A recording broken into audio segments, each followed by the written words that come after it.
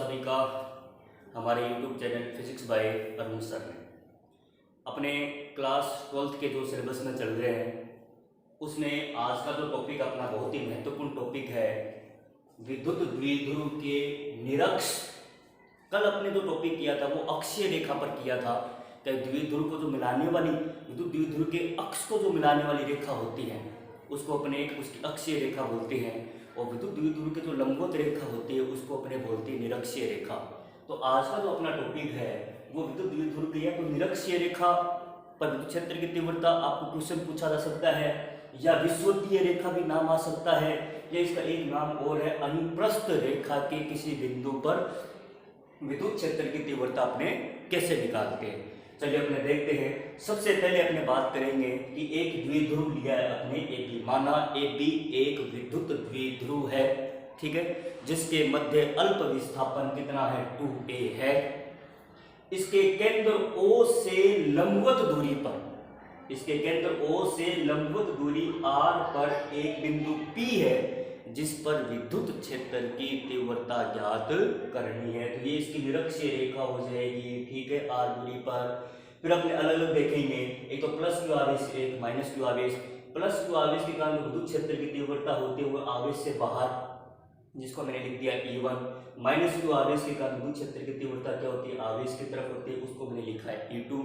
तो E1 और E2 का जो परिणामी विद्युत क्षेत्र वो कितना अपने पास में E अपने को निकालना है, ठीक है। ये डिस्टेंस r है, ये a है, तो समकोण त्रिभुज बन गया। समकोण त्रिभुज पाइथागोरस प्रमेय से लगाएंगे तो ये कितना आ जाएगा लंब स्क्वायर प्लस आधार स्क्वायर निकाल लेंगे अपने कारण। इसका अंडर रूट में कितनी आएगी r square plus a square, ये भी कितनी आएगी अंडर रूट में r square plus a square, इसकी दूरी आएगी, ठीक है, निकाल सकते हैं समकोण त्रिभुज से, ठीक है। ये दोनों दूरियां बराबर में, उसके जो कोण भी है वो भी क्या होंगे बराबर, तो मैंने क्या माना थीटा और थीटा। तो आपको ये पता है कि त्रिभुज ये बना है पूरा और इसका बहिष्कोण कितना है ये, तो जो बहिष्कोण होता है वो त्रिभुज के अंतराभिमुख कोण के योग के क्या होता है तुल्य होता है। तो ये जो बहिष्कोण है इसका जो मान है वो इन दोनों कोणों के योग के क्या होगा बराबर में होगा। समझ में आ रही मेरी बात ये। तो यहाँ पर एंगल कितना आएगा ये 2 थीटा एंगल आएगा। समझ में आ गई ये बात। तो इस प्रकार से अपने को ये डायग्राम आपको कंप्लीट करना है। आगे देखते हैं अपने। अब देखिए इसमें अपने को लिखना क्या है, लिखना इसमें कुछ महत्वपूर्ण बातें ये लिखनी है कि मानना एक विद्युत द्विध्रुव AB है जिसके मध्य अल्प विस्थापन 2a है, जिसके केंद्र O से लंबवत दूरी r दूरी पर एक बिंदु P है जिस पर विद्युत क्षेत्र की तीव्रता निकालनी है, ठीक है, विद्युत क्षेत्र की तीव्रता ज्ञात करनी है। समझ में आ गई मेरी बात। प्लस क्यू आवेश के कारण विद्युत क्षेत्र की तीव्रता E1 जिसकी दिशा कितनी बताएंगे VP दिशा के अनुदिश। माइनस क्यू आवेश के कारण विद्युत क्षेत्र की तीव्रता कितनी E2 कौन सी दिशा होगी PA के अनुदिश होगी। समझ में आ गई बात। चलो अब अपने करते हैं, हो जाएगा ये। तो अब अपने बात करते हैं सबसे पहले तो कि प्लस क्यू आवेश के कारण विद्युत क्षेत्र की तीव्रता का परिमाण। प्लस क्यू आवेश के कारण, प्लस क्यू आवेश के कारण विद्युत क्षेत्र की तीव्रता का परिमाण, विद्युत क्षेत्र की तीव्रता का परिमाण, विद्युत क्षेत्र की तीव्रता का परिमाण कितना आएगा वो अपने बात करेंगे।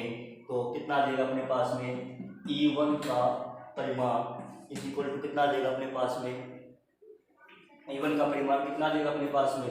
फॉर्मूला क्या होता है कि Q अपोन में डिस्टेंस कितनी आ जाएगी इसकी VP स्क्वायर, ठीक है, और दिशा में क्या लिखेंगे VP के अनुदिश, VP के अनुदिश। हमारी मेरी बात ये, ठीक है। VP का मान कितना अपने पास में अंडर रूट में r square plus a square, तो इसकी होल स्क्वायर कर दो अपने, तो कितना आ जाएगा कि Q अपोन में अंडर रूट में r square plus a square की होल स्क्वायर, तो कुल मिलाकर के Q अपोन में कितना आ जाएगा ये r square plus a square आ जाएगा समीकरण नंबर 1। समझ में आ गई ये बात, कर सकते हैं ये, ठीक है, कोई समस्या नहीं होनी चाहिए। E1 का परिमाण आपके पास में आ गया है। अब अपने बात करते हैं E2 का परिमाण, ठीक है। तो ये E2 का परिमाण और देखते हैं अपने।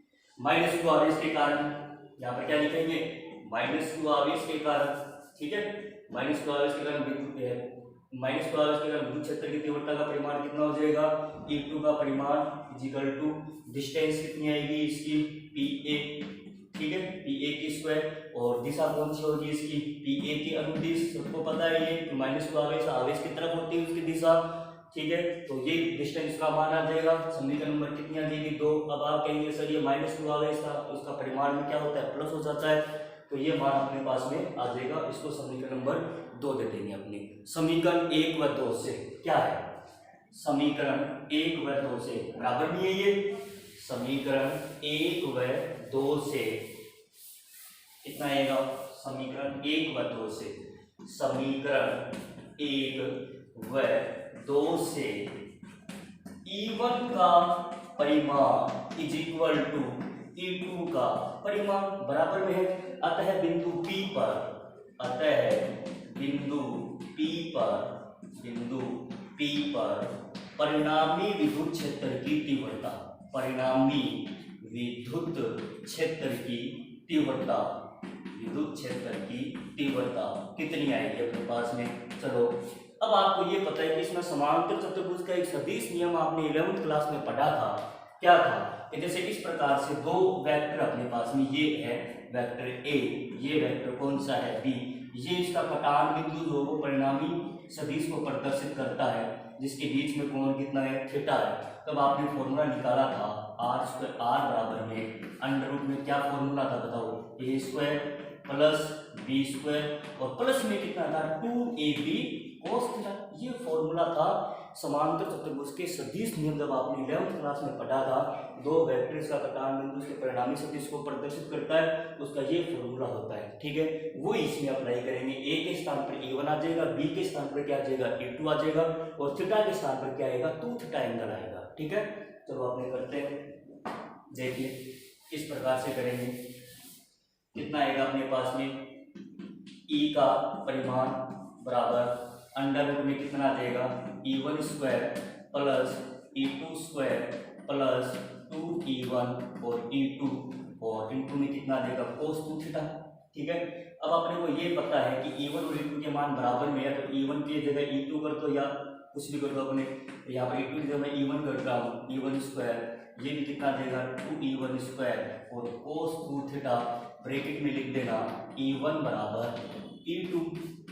मालूम बात ये लिख देंगे। चलो आगे करते हैं अपने, आगे नेक्स्ट टॉपिक क्या है इसमें, अपने पास में क्या है, देखो मान क्या है, E is equal to E का परिमाण E1 स्क्वायर कितना हो गया 2E1 स्क्वायर, यहाँ पर भी कितना है 2E1 स्क्वायर और ये कितना है cos 2 थीटा, तो बाहर कितना आएगा कॉमन, ठीक है।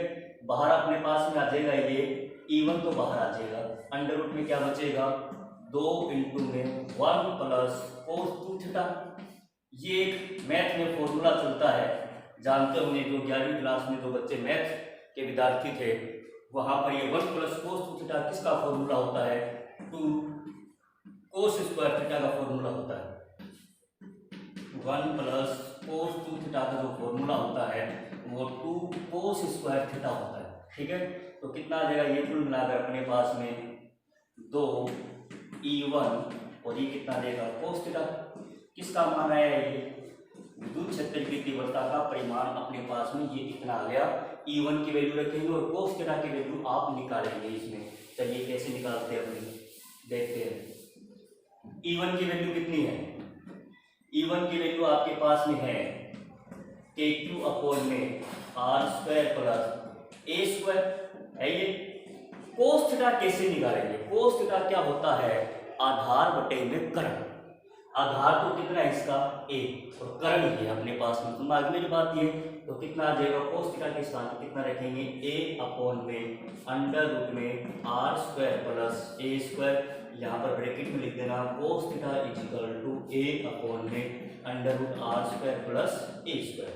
ये वैल्यू आपने निकाली है, तो आगे मेरी बात ये, चलो इसका मान कितना आएगा अपने पास में, यह आएगा 2KQA अपॉन में ये कितना आ जाएगा R square plus A square की पावर 3/2 आ जाएगी।